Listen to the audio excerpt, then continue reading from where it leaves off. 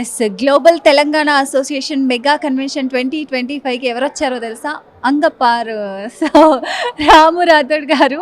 So ఎలా ఉంది after big boss? చాలా చాలా చాలా బాగుంది.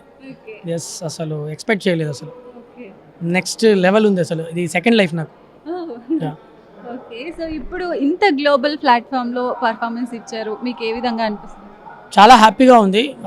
Thank you so much Malreddy sir. నిజంగా ఇంత పెద్ద స్టేజ్కి నన్ను ఇన్వైట్ చేసి ఇక్కడ పర్ఫార్మెన్స్ ఇప్పించినందుకు నిజంగా చాలా హ్యాపీగా ఉంది.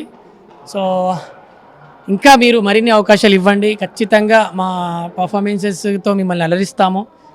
And thank you. చాలా హ్యాపీగా ఉంది ఇక్కడికి వచ్చేసినందుకు. జీటీఏ నిజంగా మాలాంటి కళాకారులకి చాలా ఉపయోగపడే స్టేజ్ ఇది. సో మాలాంటి వాళ్ళు ఇంకా చాలామంది ఉన్నారు, వాళ్ళకు కూడా అవకాశాలు ఇవ్వండి. అండ్ ఇంకేం చెప్తాం, చాలా మంది ఎన్ఆర్ఐస్ అందరూ కూడా వచ్చారు. అంటే ఎక్కడో మన అబ్రాడ్లో సెటిల్ అయిన వాళ్ళని మళ్ళీ మన ఇండియాకి తీసుకొచ్చి వాళ్ళ మూలాలన్నీ మర్చిపోకుండా చేయాలని అందరినీ తీసుకొచ్చారు. అది మీకు ఏ విధంగా యూజ్ అవుతుంది అనుకుంటున్నారు? డెఫినెట్గా అండి, అది ఖచ్చితంగా యూజ్ అవుతుంది. అది లైక్ నేను యూఎస్ వెళ్ళడానికో లేదంటే అక్కడ మన తెలుగు ప్రజలందరికీ నా నా నా కళ వాళ్ళకి ఇంకా అక్కడ దగ్గరగా చూడడానికి.